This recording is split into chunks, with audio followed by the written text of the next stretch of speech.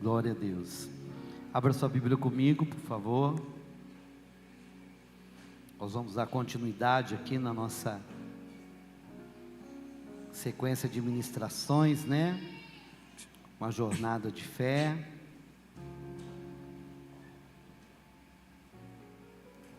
E eu quero ministrar ao coração dos irmãos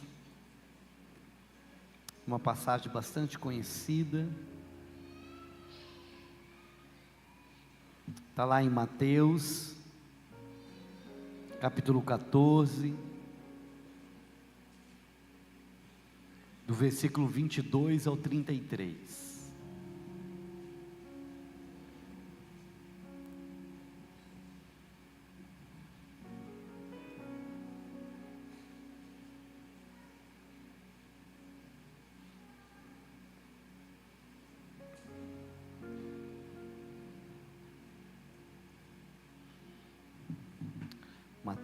Mateus, capítulo 14, do 22 ao 33.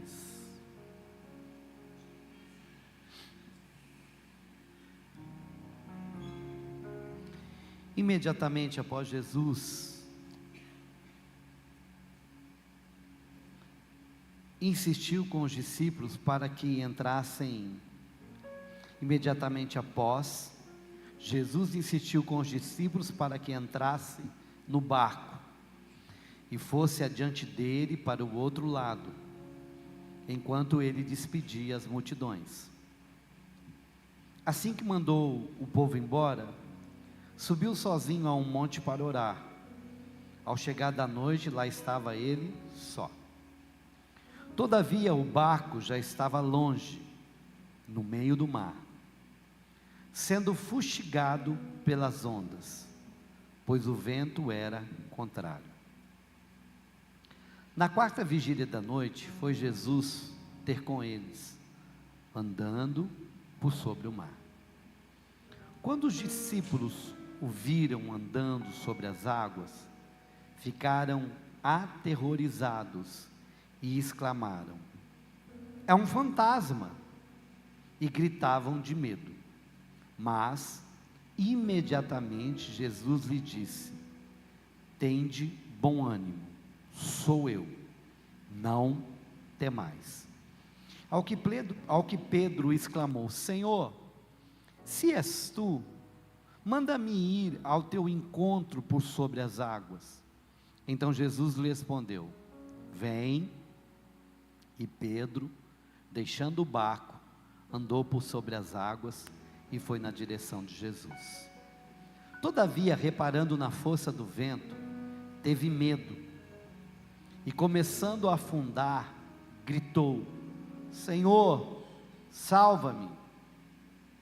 Jesus estendeu imediatamente a mão, segurou e lhe disse: "Homem de pequena fé, por que duvidaste?" Assim que ambos entraram no barco, cessou o vento. Então os que estavam no barco adoraram-no, exclamando: "Verdadeiramente, tu és o Filho de Deus." Amém? Vamos orar? Senhor, em nome de Jesus, que o teu Espírito Santo fale ao nosso coração essa noite, através da sua palavra, no nome de Jesus, amém. Muito bem, é um texto bastante conhecido e eu quero continuar falando com os irmãos a respeito de fé.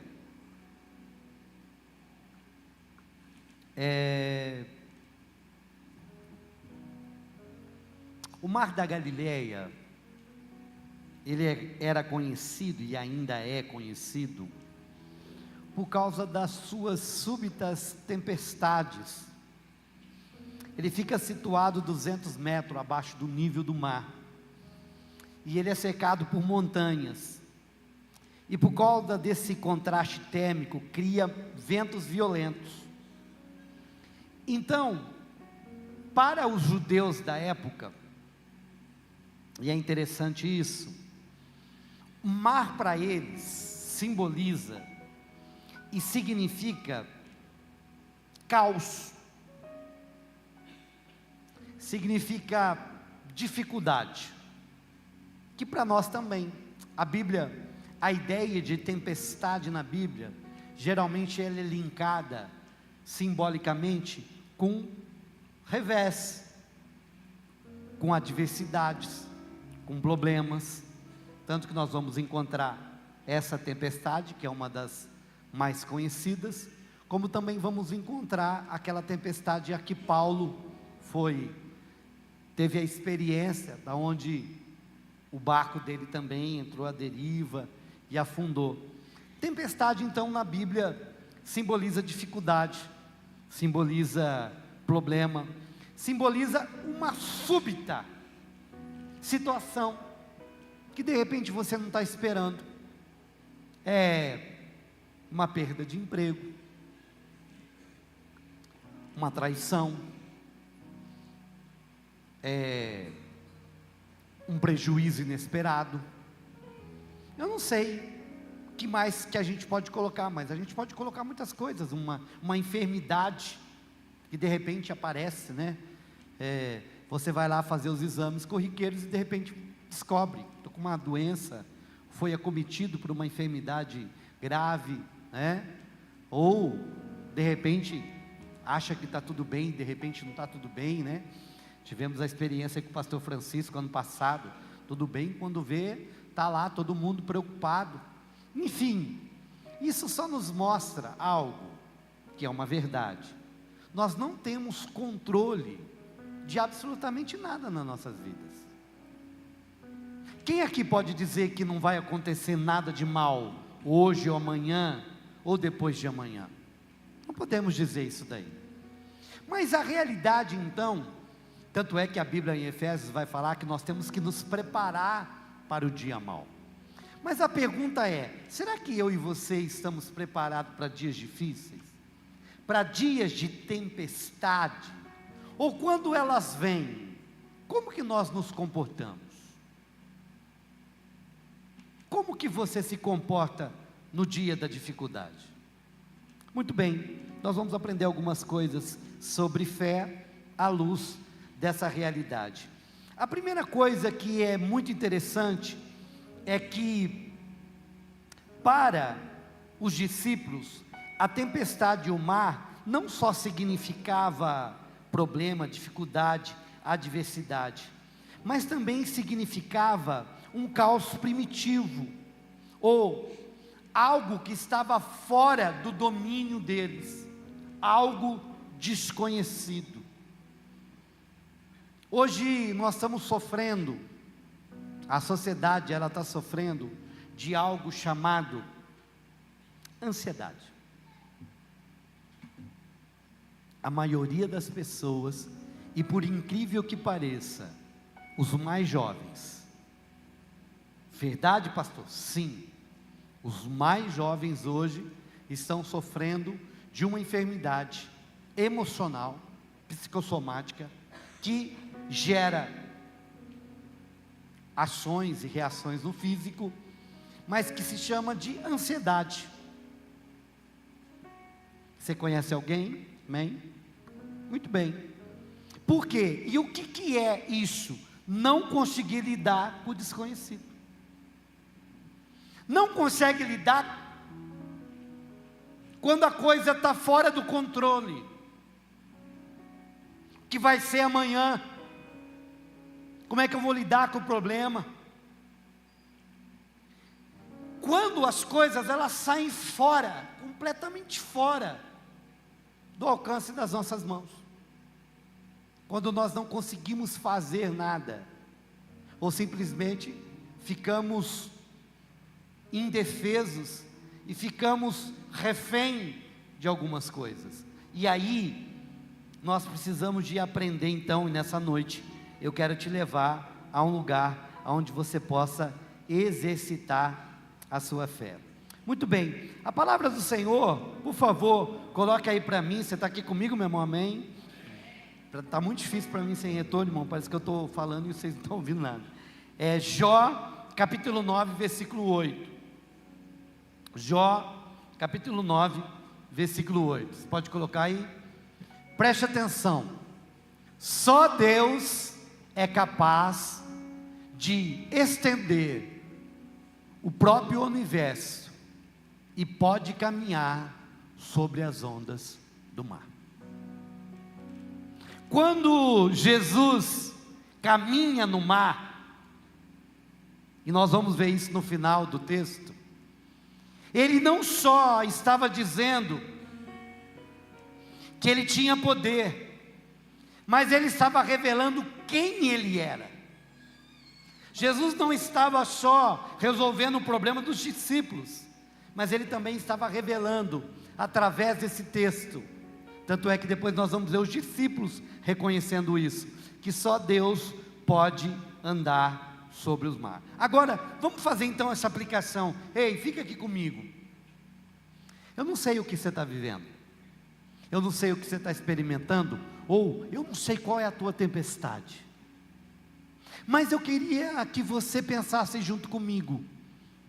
A tempestade, aquela que a gente não pode dominar, que a gente não pode governar, aquela da qual a gente tem medo, aquela da qual pode gerar crises e várias crises. De repente você está com uma tempestade no núcleo da sua família, de repente você está com um problema tão sério que você não sabe como você vai resolver, você está vivendo algo que você fala assim: Deus, o que eu faço? Quem pode me ajudar? A primeira coisa que eu quero que você aprenda nessa noite, aquilo que você não tem domínio nenhum, a Bíblia diz que Jesus anda sobre as águas. Eu vou repetir, você precisa entender isso.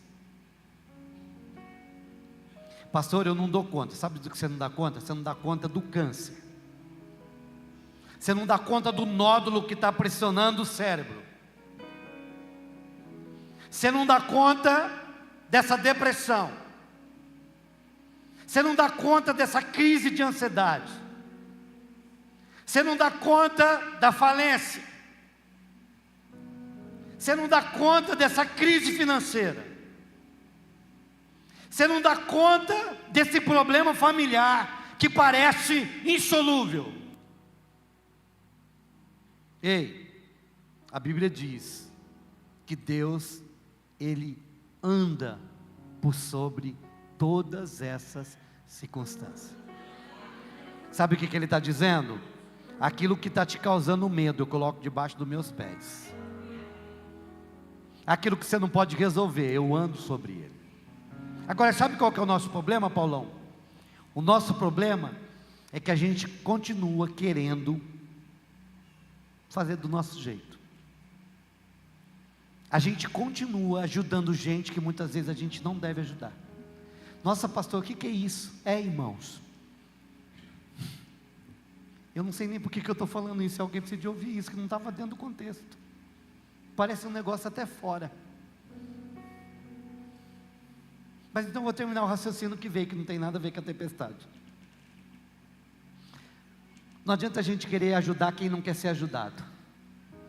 Não adianta a gente querer transformar quem não deixa ser transformado. Não adianta a gente tentar fazer para alguém. Esses dias eu estava orando ao Senhor e eu vivo falando com Ele: Deus, não me deixa, presta atenção no que eu vou te dizer, não me deixa perder tempo com quem o Senhor não está salvando. Porque muitas vezes a gente começa a perder tempo com quem Deus não está salvando, ou com quem pessoas que não se deixa Deus trabalhar. Deixa eu te mostrar uma coisa que eu estou sentindo que Deus está querendo falar. Presta atenção.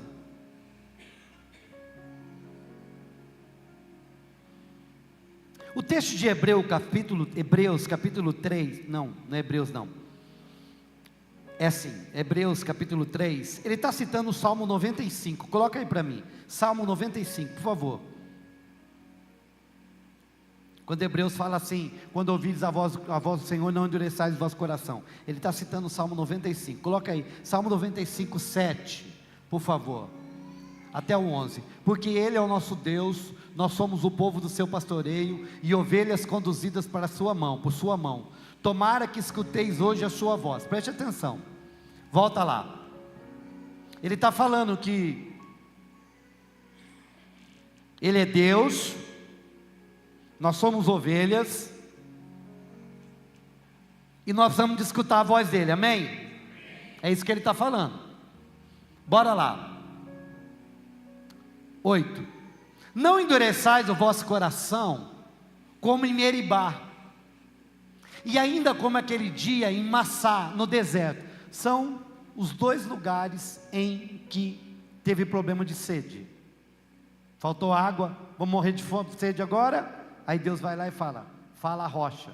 Depois lá na frente, toca na rocha e depois fale a rocha. Bora lá. 9. Quando vossos pais me desafiaram e me puseram à prova, embora tivessem visto meus grandes feitos. Deixa eu fazer uma pausa aqui. Irmão, sabe qual que é o grande problema? O grande problema é que a gente vive colocando Deus à prova e esquecendo daquilo que Ele fez. Sabe o que é colocar Deus à prova todo dia? E esquecendo o que Deus fez? Isso se chama incredulidade. Sabe como que isso se chama? Endurecimento de coração. Ei, escute. Quando Davi disse assim, eu vou lá enfrentar Golias, e deram a notícia para Saul, quando Saul viu Davi, ele disse assim, filho, você não pode. Ele falou, posso. Não, você não pode. Ele falou, eu posso. Não, mas olha o teu tamanho, você não é guerreiro, você não sabe. Ele falou, ei, escute, tem uma chave aqui que você precisa de entender. Ele disse assim, e eu saí completamente daquilo que eu estava pensando. Olha o que ele diz. Ele diz assim, eu matei um urso e eu matei um leão. O que serve de referência para Golias era o urso e o leão. Do jeito que eu matei o urso e o leão, é do mesmo jeito que eu vou fazer com esse gigante.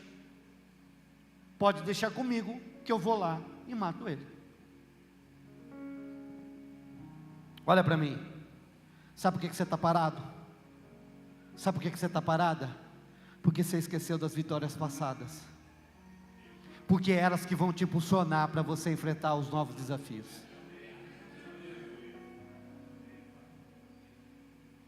Porque quando eu não olho para o que Deus fez lá no passado, eu não me fortaleço de fé para crer que Ele vai fazer no presente aqui e agora. É o que Ele está falando. Quando vossos pais me desafiaram e me puseram à prova, embora tivessem visto meus grandes feitos, irmão, o problema não é só ver. O problema é que a gente tem uma igreja agora que vive querendo ver, mas ela não absorve, o milagre não muda. Eu lembro de uma palavra que eu preguei há muitos anos atrás, que é pessoas que vivem no ambiente do milagre, mas o milagre nunca entra dentro delas. Eliseu, a síndrome de Geazi. Ele andava com Eliseu, ele estava para baixo e para cima, ele viu os milagres, mas o milagre nunca entrou dentro dele. O problema, meu irmão, não é ver o milagre, o problema é que o milagre não te toca, o milagre não te quebranta, hein, irmão. Milagre não é só para receber, milagre, meu irmão, não é só para você cantar, milagre não é só para te abençoar, milagre é para revelar o Deus do milagre. Milagre não é só para trazer benesses, milagre é para revelar Deus. Tanto que no livro de João, você que gosta um pouco de teologia, o livro de João você não vai ouvir a palavra milagre, você vai ouvir sinais. Sinais. O autor de João trata milagres como sinais. Por quê? Porque o sinal aponta para alguma coisa, ou para alguém. Agora escute, o que ele está dizendo? Vocês viram os grandes feitos, mas o coração de vocês não deu certo. Bora para frente. Durante 40 anos, Permaneci irado contra aquela geração e declarei: este é um povo de coração ingrato, que não reconhece meus caminhos. 11. Por esse motivo jurei minha revolta. Essas pessoas jamais entrarão no lugar do meu repouso. Deixa eu te falar uma coisa. Muitas vezes as pessoas, elas olham para o Velho Testamento e elas têm uma ideia equivocada. Do quê? Que o Velho Testamento é o Deus mau e o Novo Testamento é o Deus bom. Parece que o Deus do Velho Testamento converteu no Novo Testamento. Ele ficou bonzinho. Irmãos, não é nada disso. O Novo Testamento revela sem sombra o que é o Deus do Velho Testamento. Agora, uma das coisas que nós temos que compreender, e aí eu quero que você preste atenção comigo, é que há uma direção, e nós vamos ouvir isso daí, Hebreus vai voltar a falar isso: se hoje os ouvidos a sua voz, não endureçais o vosso coração. A palavra hebraica, preste atenção, de endurecer o coração, significa tornar-se rígido, inflexível, pesado. É o mesmo termo usado que Êxodo 7:3, quando Deus endureceu o coração de Faraó. Isso revela algo espiritual. Um coração endurecido perde a sensibilidade ao mover do Espírito. Ei, olhe para mim.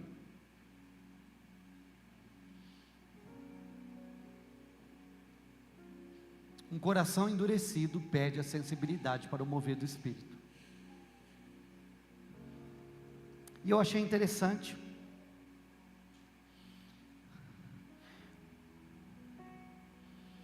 Segundo o Midrash e o Talmud, que são escritos judeus, preste atenção o que eles falam. O endurecimento do coração é comparado a um couro seco, que já não pode ser moldado. Um símbolo de alguém que ouviu tanto a palavra, que parou de ser transformado por ela. Olha para mim. Pastor, mas eu tenho 30 anos de igreja, e daí?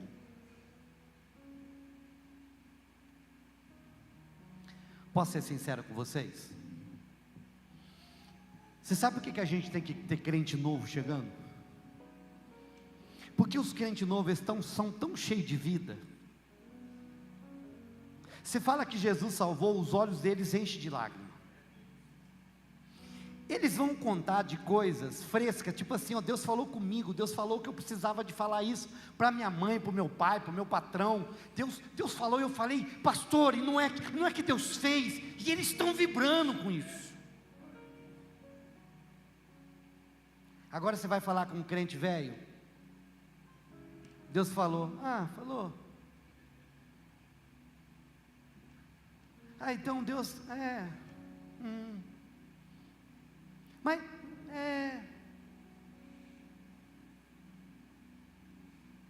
não tem mais. Agora preste atenção, você está aqui comigo? O perigo não é ouvir a voz de Deus, o perigo não é ouvir a Deus, é ouvir tantas vezes que o coração se torna indiferente. Quantas vezes você saiu aqui dessa casa dizendo assim: uau, Deus falou hoje. Que palavra, que ministração, que louvor, que unção, que presença, que oração. Não sei aonde que Deus falou com você, que parte do culto Ele falou, mas você disse assim: poxa vida, Deus falou comigo. Ótimo, irmão, Deus falou, e depois? Porque toda vez que Deus fala, Maurício, Ele falou, e agora?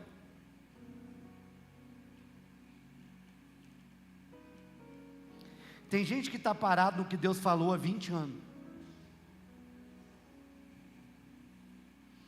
Pastor, eu não ouço mais Deus. Não é porque você não ouve mais Deus, é que você não atendeu o que Ele disse há 20 anos. E tudo o que Ele fala para você é repetir o que Ele já disse. Mas o fato de você não ouvir nada novo, não é que não é novo, é porque para que ele continue fazendo, precisa de uma resposta.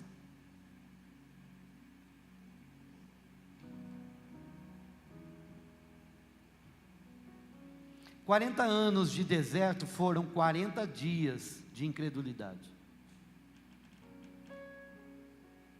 Eu vou repetir: 40 anos no deserto foi a consequência, Kelly, de 40 dias de incredulidade.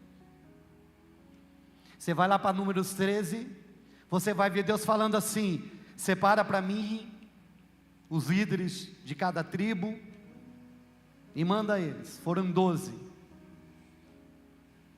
Vão lá ver a terra, se realmente manda leite e mel, se a terra é boa para o plantio. Vai lá ver tudo o que eu falei. Está lá no capítulo 13 de Número. E depois vocês vêm e me dão um relatório.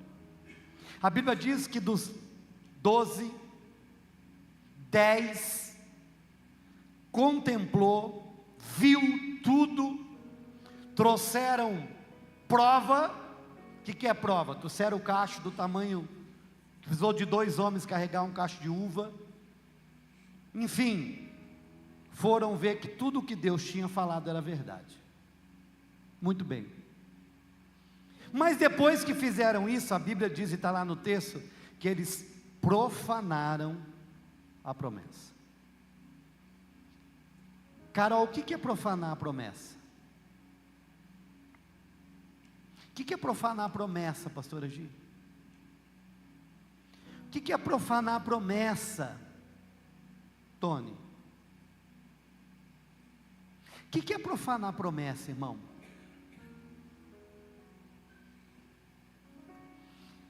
O que é profanar? Você tratar com descaso aquilo que é sagrado. Você tratar com desrespeito, você tratar com desonra aquilo que é sagrado, é uma profanação. Sabe o que eles falaram? A terra é boa, está aí o fruto, mas lá tem gigante, e era aos nossos próximos olhos como gafanhotos, e também o era aos seus próprios olhos. Perceba, irmão, fazia pouco tempo que ele estava no deserto. Deus já tinha mandado eles, porque eles iam já entrar, era questão de meses, eles iam estar na terra prometida. Mas quando eles tomam essa decisão, e eles representavam as 10 tribos, porque cada um representava uma tribo, eles profanaram a promessa e Deus se ira com eles. E Deus diz assim: porque vocês profanaram a promessa, vocês não vão entrar. Nem você, nem seu pai, nem sua mãe, nem ninguém vai entrar. Deixa eu lhe dizer uma coisa.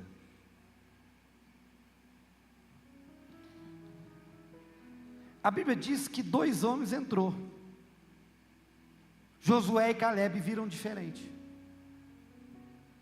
Josué e Caleb, enquanto os 10 estavam dando um relatório negativo, eles falaram: nós podemos, nós vamos entrar. Enquanto uns vê vitória, outros vê derrota. Eu quero te fazer uma pergunta: o que você vê?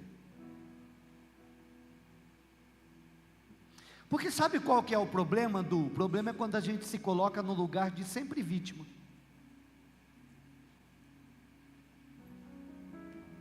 O problema é quando nós nos colocamos no lugar de que assim não vai dar certo.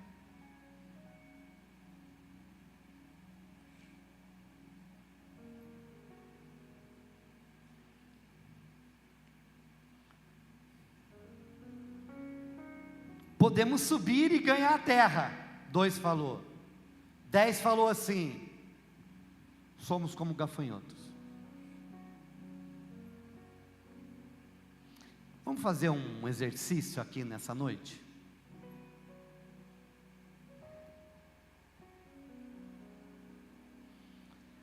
O que você é nessa noite?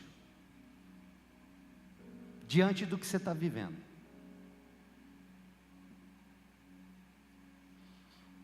Perceba, irmão, que eu estou falando de promessa, não estou falando de pecado. Porque ninguém tem vitória fluindo numa vida de desobediência. Nós estamos falando de gente para exercer fé, para viver a promessa. Você está linkado na promessa? Pastor, como é que eu sei? Deixa eu te dizer uma coisa. Você tem, não precisa de responder nem levantar a mão. Você tem algo que você sabe que Deus quer para você? Que alguém disse, que alguém falou? Que um homem de Deus, que uma mulher de Deus, que um profeta, que Deus falou ao seu coração, que o seu coração mudou, que começou a direcionar para outro lado, ou aquilo que você está vivendo. Você pode dizer assim, João Pedro, tudo que eu estou vivendo hoje está de acordo com a vontade de Deus, tudo que eu estou vivendo hoje está de acordo com o que o Deus espera que eu viva. Você pode dizer isso, porque se você não pode dizer isso, na verdade você não pode nem falar de promessa. Porque muitas vezes a gente está tratando algo, mas a gente não consertou algo. Porque o que falta para as pessoas viverem a promessa, muitas vezes, é alinhar a vida.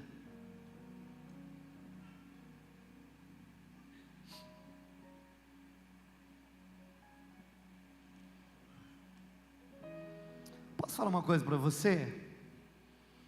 Você percebeu que eu estava falando de fé, mudou tudo. Eu estou falando de não fé.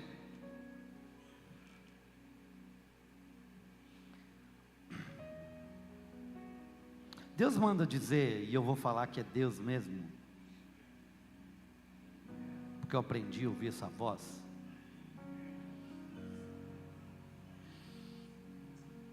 Aquilo que você está chamando de diabo, aquilo que você está falando que é aprovação, não é Deus querendo acabar. É Deus querendo botar ponto final, e você está querendo continuar. Nós precisamos saber, irmãos, que até aquilo que Deus faz e começa, um dia termina. Mas foi Deus que me deu, tá bom, foi Deus que deu a arca para um propósito.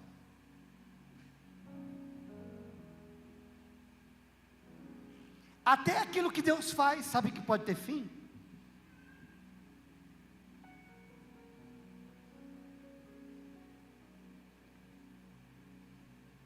E muitas vezes nós estamos querendo manter aquilo que Deus não está mantendo mais. Ou nós estamos querendo fazer funcionar algo que Deus não está querendo funcionar mais.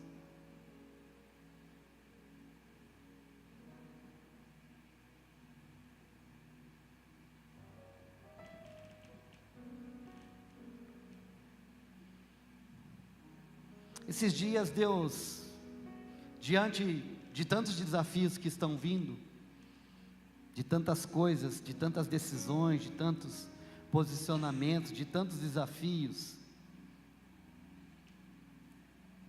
que eu estava e estou vivendo, Deus falou forte ao meu coração, falou assim: vai lá no templo de onde vocês começou.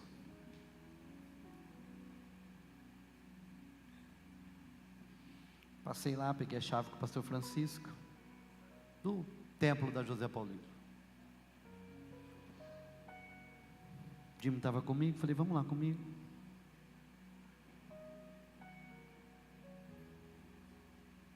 Aí nós entramos,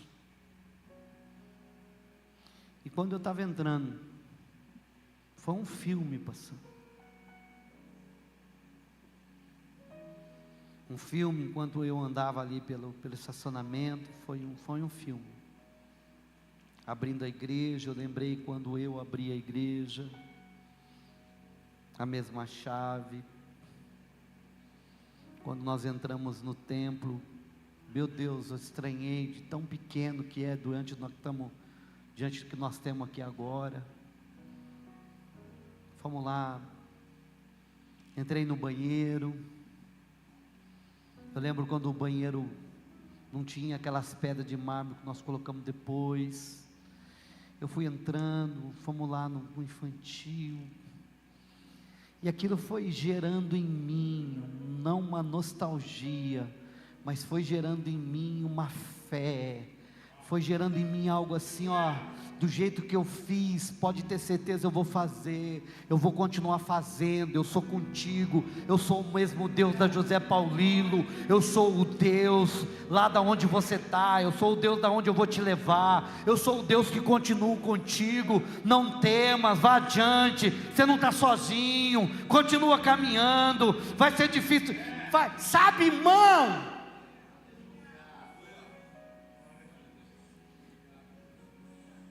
Aí eu orei, eu chorei, eu cantei, eu ri.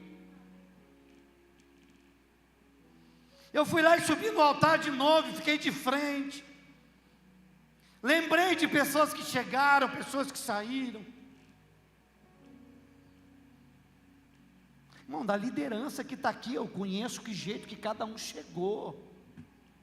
Eu conheço a história de cada um. Desacreditado, não querendo, vida destruída.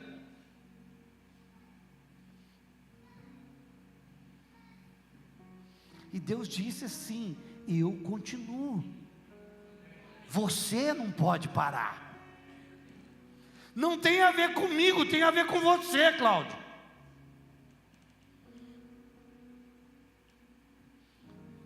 Sabe por quê, irmão? Escuta, dona Sandra, Deus continua fazendo. A Bíblia diz que Ele não mudou. O problema é que nós temos um monte de gente preso lá atrás. Sabe o que eu disse domingo passado? Nós temos um Deus que olhamos para o passado, olhamos para o futuro, mas não somos capazes de trazer Ele para hoje. Não é hoje, é agora.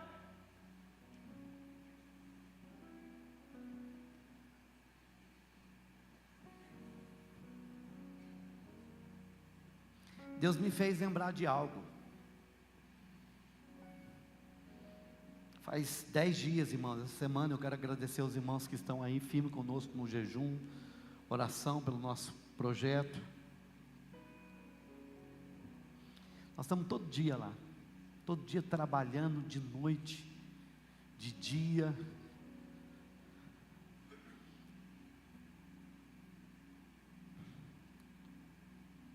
E de verdade, irmãos,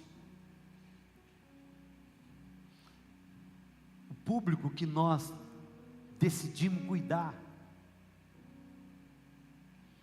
é as pessoas que você tem medo, que você não quer ver no semáforo, que a gente quer distância.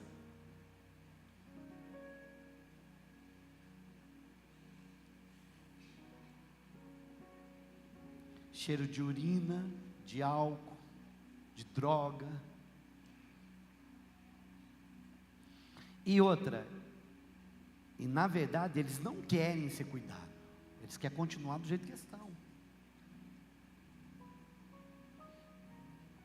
Mas aí eu me lembrei, essa semana eu estava lá e e é crise em cima de crise todo dia, é um caldeirão fervendo o negócio.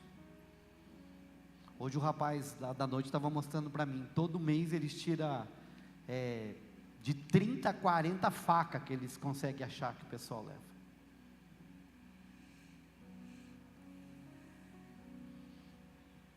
Aí essa semana eu estava lá, Deus me fez lembrar de uma promessa. De uma promessa não, de uma promessa com uma direção. Em 2012, em Itajaí, pastor Luiz Hermínio não era conhecido no Brasil, só em Santa Catarina. Ele disse assim para mim: a gente estava começando o Valente de Davi, ele diz assim: Cláudio, cuida daqueles que ninguém quer,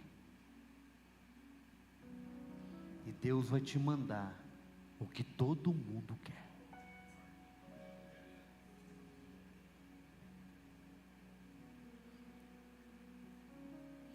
Ei, olha para mim.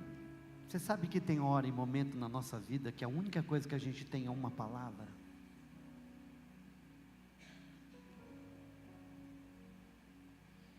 Não tem mais nada.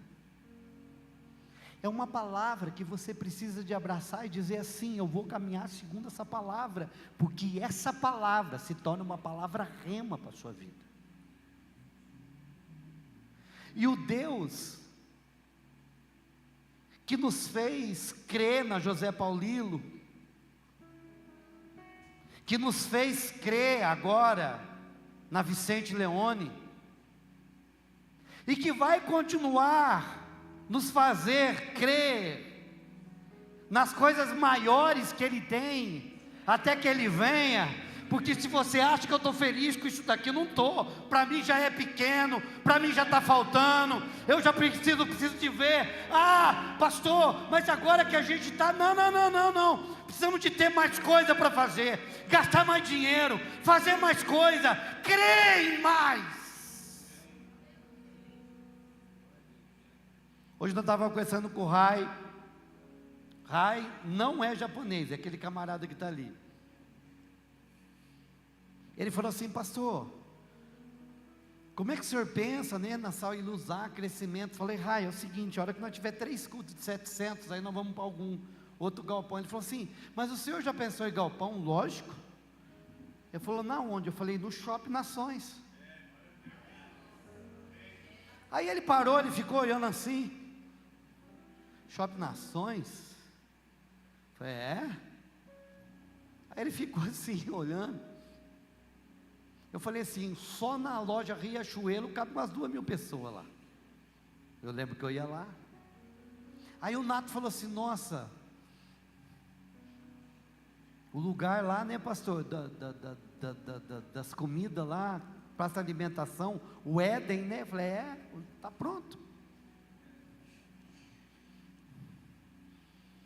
Aí ele falou assim: é, pastor, tem uma igreja, né, da cidade assim, os caras têm um complexo. Eu falei: é isso aí. Você fala: esse pastor é doido, não tá? Olha aqui, não tem. O que o senhor não vive hoje, irmão? Eu vivo com o pé aqui hoje, com a cabeça lá na frente. Aí você vai falar assim para mim: pastor, mas não é muita loucura não, irmão? Mesmo o Deus da José Paulino é o Deus da Vicente Leone, que vai ser o Deus do Parque das Nações. Porque não é do que Ele pode fazer, é até onde eu posso crer. Não se trata do que Ele pode fazer, mas se trata de onde a minha fé me leva. Então a pergunta é: a tua fé te leva na onde hoje? Porque a fé, ela precisa de ter vida. Você sabia que a fé tem vida? Quando a gente volta lá então para a tempestade, porque eu saí dela, deixei ela lá algum tempo atrás, a Bíblia diz que quando Jesus ele vem andando sobre as águas, Pedro tem uma atitude de uma fé viva. O que é? Ele olha, e é interessante quando você vai ver o original da palavra lá, Kleber, você que gosta disso, quando fala da palavra andar, o original ali não é andar só. Jesus ele estava passeando, ele estava circulando nas águas. Sabe o que ele estava dizendo? Não, eu não estou andando no susto. Sabe, ele não está assim, opa! Não, ele passeava, ele circulava, era um ambiente que ele dominava.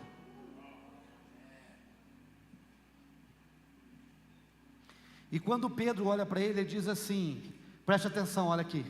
Ele diz assim: se é o Senhor, me manda ir andar contigo. E é interessante que a palavra ali vem, não significa um vem. Quando ele diz assim, faça ir andar contigo, é como se ele tivesse assim, no original me dê uma palavra para isso, me faça ir ter contigo. Ele estava dizendo, me dê uma palavra para que eu responda. O termo ali é um termo militar, como se ele me dá a ordem e eu vou. E aí a ordem sai, vem. E aí muda tudo, Jimmy. Porque quem tirou de Jesus a experiência de andar sobre as águas foi Pedro, não foi Jesus que deu para ele. Não era a ideia de Jesus, Pedro, andar nas águas, mas Pedro disse, me dá uma palavra e eu vou. Irmão, você não precisa de nada concreto, você precisa de uma palavra, que é mais concreto que qualquer outra coisa.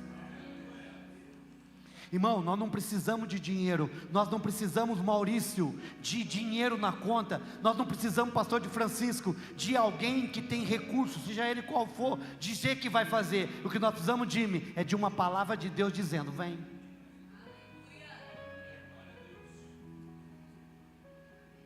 A palavra que nós precisamos é: vem.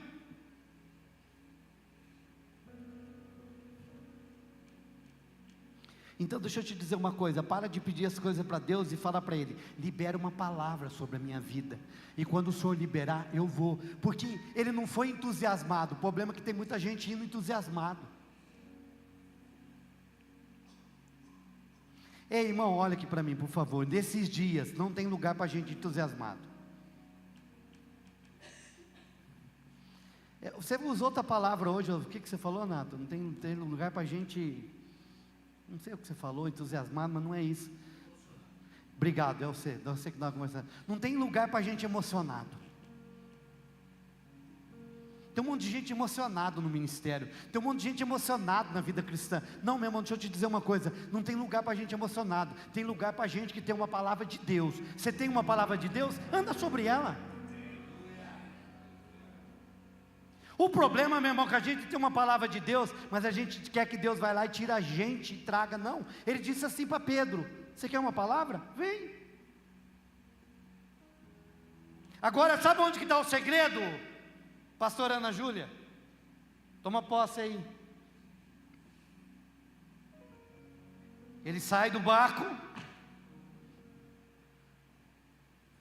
e a Bíblia diz que os olhos deles estão em... Para quem que ele está olhando? Ele olhou para o mar? Ele vai e tira. Ele tem uma palavra. Ele tira o pezão. E ele começa a andar. E ele anda, pastora Tânia, enquanto ele está na onde? Olhando para Jesus. Ei, enquanto o foco na tua vida for Deus, pode ficar tranquilo que Ele te sustenta. Enquanto o foco na tua vida for Deus, Ele te sustenta. Ele te faz andar onde não é possível andar. Ele faz você viver o que você nunca imaginou, enquanto o teu foco estiver nele. Agora, sabe qual é o problema? A hora que ele tira o foco e começa a olhar o tamanho do vento. Quando ele vê o vento, ele afunda. E a Bíblia diz que afunda imediatamente. Ei, irmão, tirou o foco de Deus, você vai afundar imediatamente. Eu vivo falando isso para meus pastores, eu vivo falando isso para líderes, eu vivo falando isso para todo mundo. Irmão, sabe o que me faz continuar caminhando? É olhar para o autor e consumador da minha fé. Porque se você olhar um pouquinho do lado, você afunda. Se afunda em decepção, se afunda em ingratidão, você afunda, se afunda, se afunda, se afunda.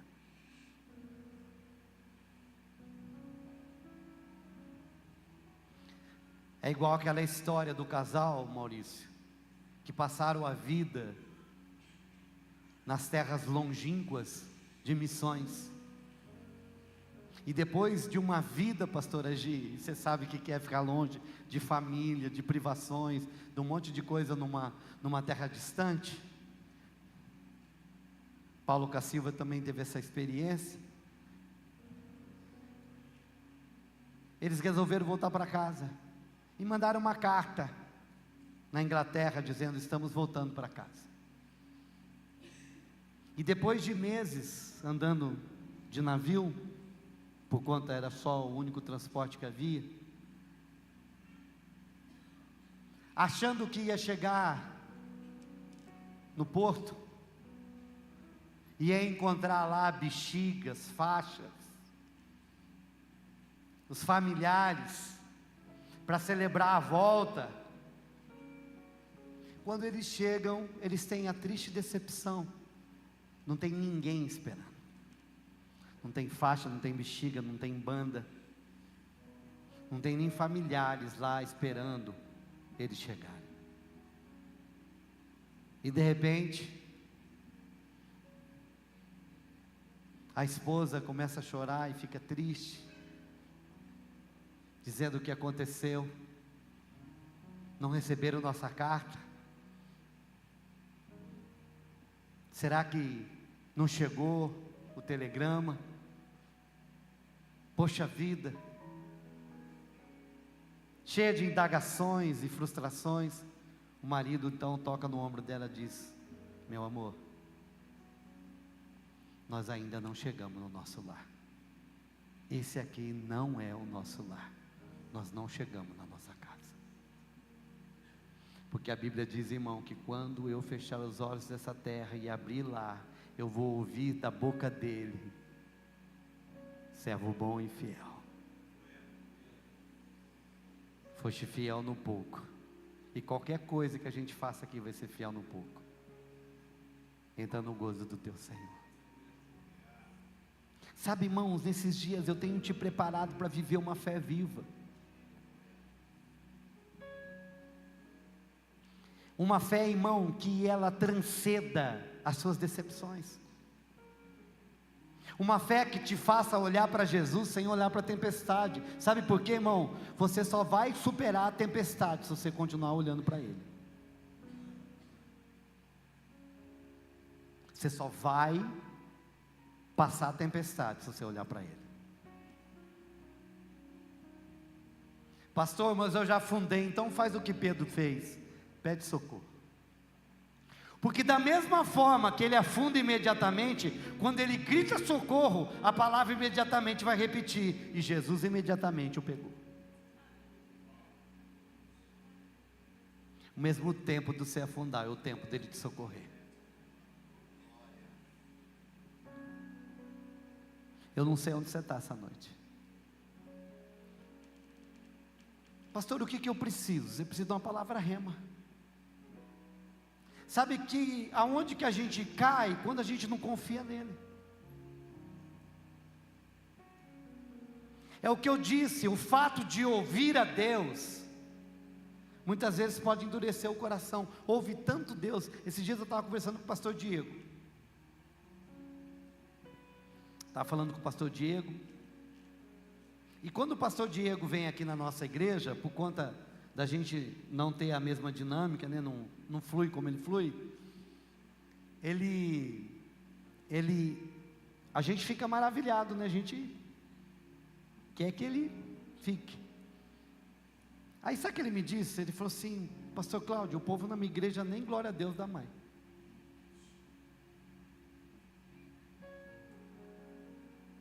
Ficou tão normal. E posso dizer uma coisa para você? Tudo aquilo que eu não valorizo pode se tornar diferente na minha vida. Tudo que eu não honro. Eu aprendi uma coisa esses dias, meu irmão, sabe o que você honra? Se você quer saber realmente o que você honra, pastor, como é que eu sei as coisas que eu honro na minha vida? No que você investe. Porque só a admiração, ela consegue tirar de nós os nossos recursos, o nosso tempo e a nossa paixão. Então significa que se eu amo minha esposa, eu cuido dela? Sim. Se você admira a sua esposa, então você presenteia? Sim. Se você a ama, então você... É isso. Porque quando a gente não honra e não admira, você não celebra.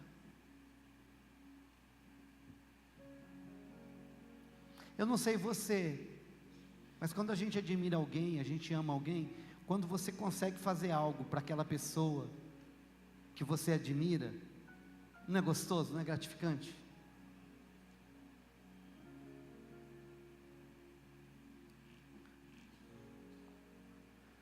É muito gratificante. É mais fácil você gastar um bom dinheiro num presente para quem você admira,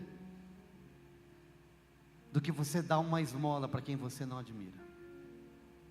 Porque é exatamente isso, pessoas que você admira, você presenteia com coisas de alto valor, seja ela monetária ou não. e pessoas que você não admira, você esmola, seja seu tempo, seja seu sentimento, seja presente de valor. A tua honra está na tua admiração. E pastor, e o que isso significa? Significa exatamente o nosso relacionamento com Deus. Porque a Bíblia diz que a fé agrada a Deus. Eu não posso dar dinheiro para Deus, Dr. Marcos. Posso? Não, eu não dou dinheiro para Ele. Eu não dou presente para Ele. Quando a gente fala de cantar, e nós vamos cantar, e quando cantamos, por mais que cantemos da melhor forma, Ingrid, afinado, com arranjos, Caio, fazendo todo o nosso melhor, quando Murilo é comparado com o céu, aquilo que fazemos aqui para Deus, se ele for comparar performance, aquilo que o Reina faz comparado com os anjos dançando,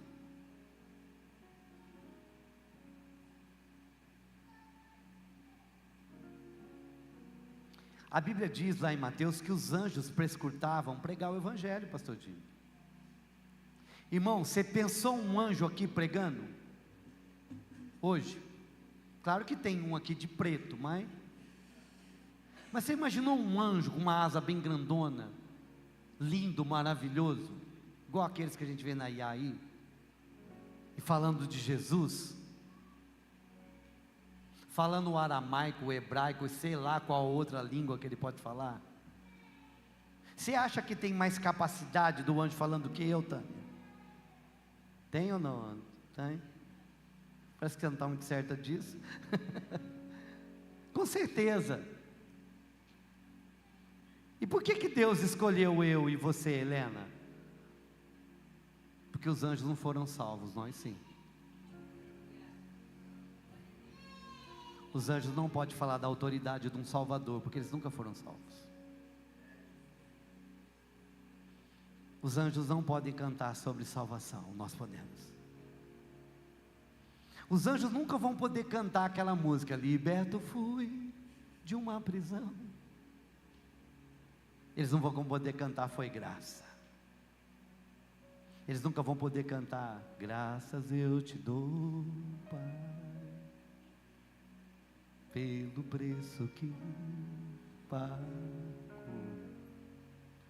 sacrifício de amor,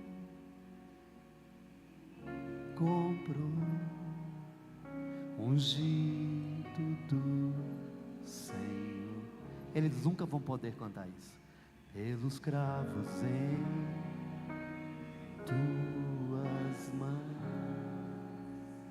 graças eu te dou. Ora barabassone de babá. Vou minha mente e coração, me deu perdão.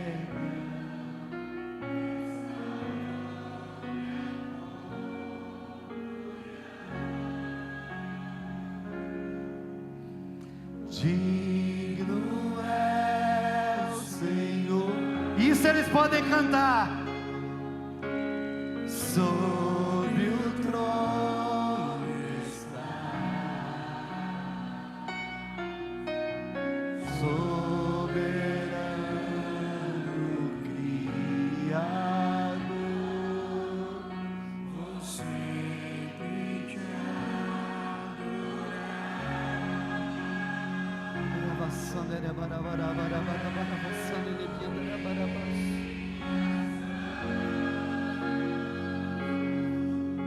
Ao Cristo que venceu,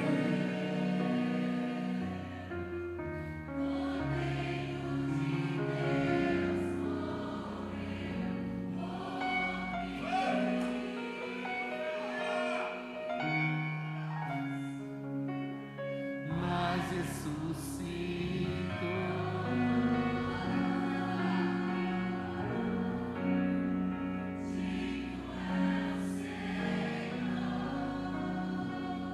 Ei, meu irmão, deixa eu te dizer uma coisa, eles não podem. mas eu e você podemos. Eles estão esperando o que nós vamos fazer com isso. Eles estão torcendo, eles estão dizendo: vão. Quando eles ouvem nós cantamos, ele diz que eles estão sentindo, nós não sabemos isso, porque só aqueles que foram resgatados sabem disso. Ei, irmão,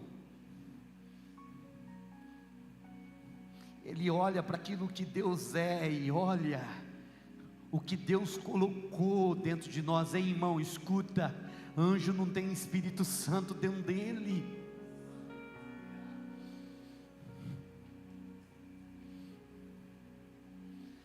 É um outro tipo de criatura celestial, irmão.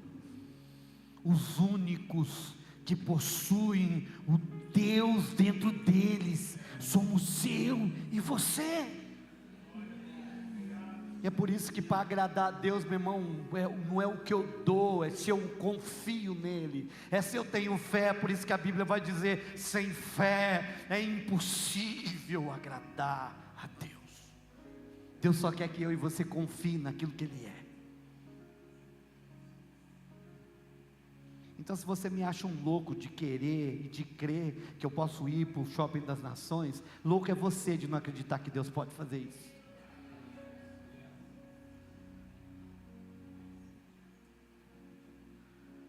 Porque isso para mim mostra quem Deus é, não quem eu sou. Você pode dizer: não, isso é loucura. Não, não é loucura não. A única coisa que nós precisamos, pastor Francisco, é uma palavra: vem. Como foi dito para cá: vem. Eu não sei como vai ser, mas eu vou olhar para Ele. Não vou olhar para a tempestade, não vou olhar para a duplicata, não vou olhar para quem está falando que não vai dar certo. Eu só vou. Ele está falando para mim, eu vou. A única coisa que nós precisamos é na palavra: vem.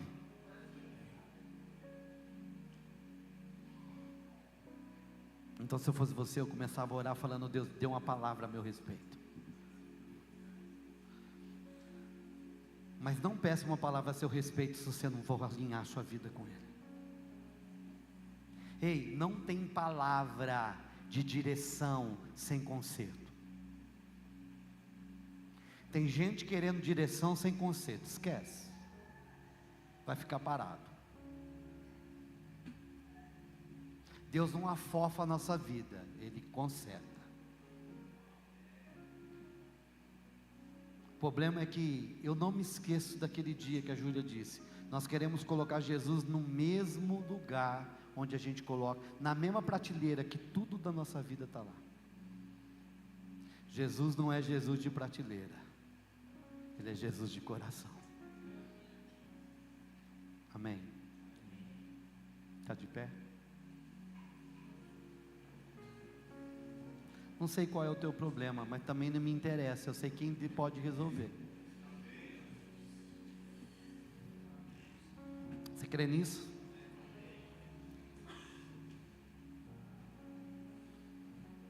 Vou fazer como a gente faz toda quinta-feira. Eu vou te liberar porque é 9h29.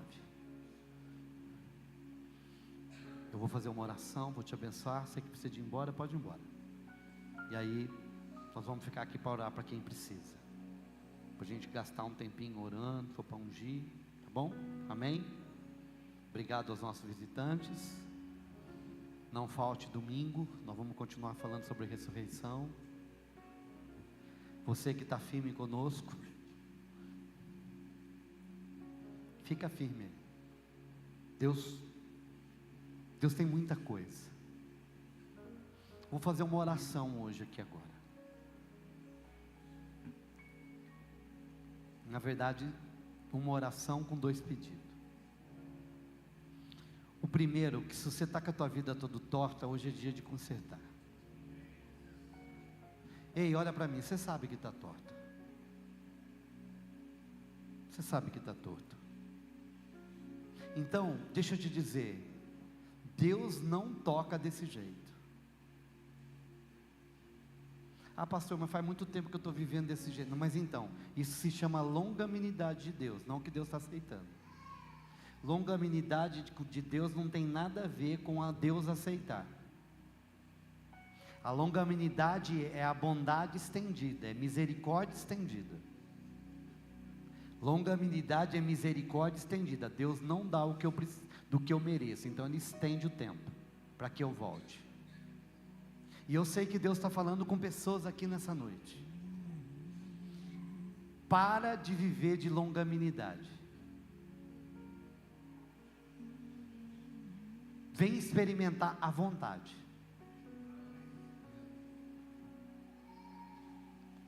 Pastor, mas se eu parar de fazer isso daqui, é capaz de eu passar fome. Não, não vai.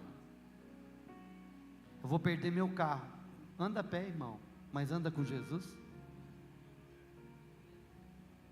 Eu vou perder minha condição. Perca. Eu vou perder meu namoro. Perca. Você acha que Deus não pode te dar algo maior, melhor?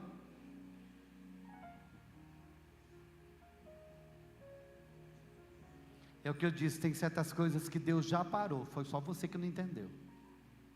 Sabe por quê, irmão? Porque quando Deus vai andando com a gente, as coisas vão acontecendo, tem uma hora que Ele para e a gente vai sozinho. Então a gente precisa entender a hora que Deus para. Se Deus parou, para também. Para.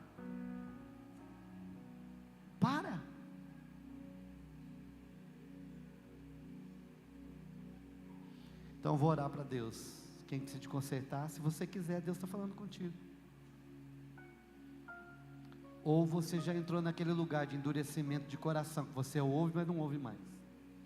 Que tudo que você ouve, você já se tornou indiferente. Estou ouvindo, mas vou continuar fazendo do meu jeito. Isso se chama endurecimento de coração. Lembra do couro seco? Não molda mais. Porque quando você tenta moldar um couro seco, ele quebra. Mas em nome de Jesus, que não tenha ninguém nessa situação hoje aqui. Então, se for usar de conserto, você vai consertar. Pastor, eu não sei nem o que precisa de consertar, então eu vou orar para Deus te mostrar o que tem que ser. E quem já está nesse caminho de vida de conserto, para Deus te dar uma palavra de direção, de ordem, vem para cá. Você concorda comigo nisso? Fecha teus olhos e faz assim com as mãos. Pai, em nome de Jesus, 2 orações. Uma oração com 2 pedidos. Tem gente aqui que precisa de consertar, Deus. Senhor, eu senti uma resistência muito grande nessa reunião, mas eu sinto uma leveza do Espírito poderosa agora. Eu sei que o Senhor está atuando. Quem precisa de consertar, Deus, leva essa pessoa ao conserto. Custe o que custar, leva ela ao conserto. E agora eu quero pedir para aquelas que precisam de uma palavra rema, de uma palavra de vem para cá. Libera essa palavra no coração do meu irmão, na vida do meu irmão. E que a hora que ele ou ela ouvir esse vem, é um vem com autoridade, é um vem na onde os impossíveis são liberados, na onde eu piso nas águas, na onde Deus, o recurso chega, na onde contratos são liberados, na onde aquilo que ninguém pode fazer, o Senhor faz. Quando eu me coloco na direção do teu bem, em o nome de Jesus, amém. Amém, irmãos? Vai na paz do Senhor. Faz assim, não dei a benção. Que a graça do Senhor Jesus Cristo, o amor de Deus nosso Pai, a comunhão, a consolação e a bênção seja com você e com todo o povo de Deus, espalhado sobre a face da terra, agora e para sempre, amém. Vai na paz do Senhor, na força do seu poder, e você que precisa de oração, corre aqui para frente que nós vamos orar por ti.